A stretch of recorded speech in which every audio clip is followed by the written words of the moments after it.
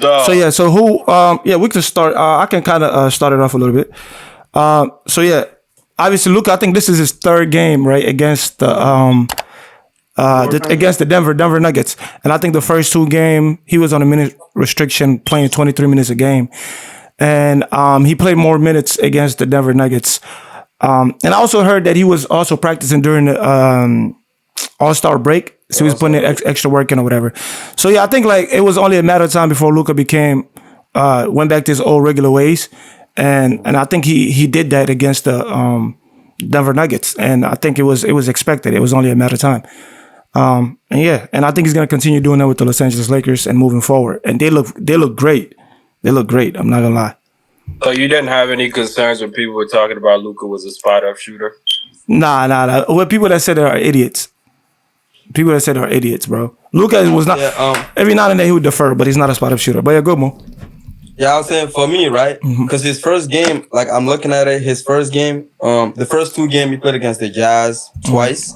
Yeah. Which was the one that he was on minutes restriction, and the game he played against the Hornet, he actually played like 33 minutes in that game, and I thought he played very poorly in that game. Like, I'm not gonna say poorly. I mean, he's coming back from like a long time injury, right?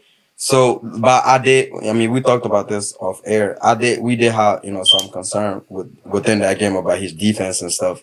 But the Denver game, coming up with the Denver game, I feel like that's the Luka that people wanted to see, right? And I think he showed that, but I do think that Lakers still need to do. I do think they still need a piece or two for like in terms of defense if they want to make a run into the playoffs. No, I agree. Because collectively, I think they can play a decent defense, but individually, if you isolate Luka, there's nothing. Like his defense is almost like non-existent. Yeah, I agree. What do you think, Alman? Well, so I think I touched on this off air a little bit. I think a lot of people fail to realize how much time it takes to build that team chemistry, right? Like even for Luka himself, for him to be comfortable enough to make some of the plays that he used to make at Dallas, it's going to take some time because he's obviously trying to mesh with a new team. Yeah. I think it was good to see him finally explode, and that's going to help him get into his space of comfort to where he's back playing like Luka Doncic. So although it might take some time, I think he'll be fine. Yeah. And he almost had a triple-double. And you mentioned something earlier that was super interesting, is that he was on minute restrictions prior. Yeah. And now that he's actually playing 30-plus minutes a game, I think we're going to him be productive. Nah, I agree. So I'm gonna shake it up a little bit. So how do you? Because I remember we had a conversation about this when I was talking about his weight being an issue and also the lack of effort on defense. And also you mentioned that I think we all agreed that the trade for Anthony Davis for Luka Doncic was kind of crazy. Everybody can see that. So how do you feel like with after the 3 games? Because last night he was playing defense. Like, he was trying. I think he had 4 steals yesterday. He was getting back on defense. He was running back. Whatever. I think that's because he's scared of Bron. But all in all, it looked like if he keep that up, I think that he should be in pretty good shape. And I think they might be able to make a run in the playoff. But I still think that I don't think he's gonna be able to keep that up moving forward until I see it in a playoff and for the rest of the season. How do you feel about that? That's for real. It depends on who they face for real. Yeah. Look at it.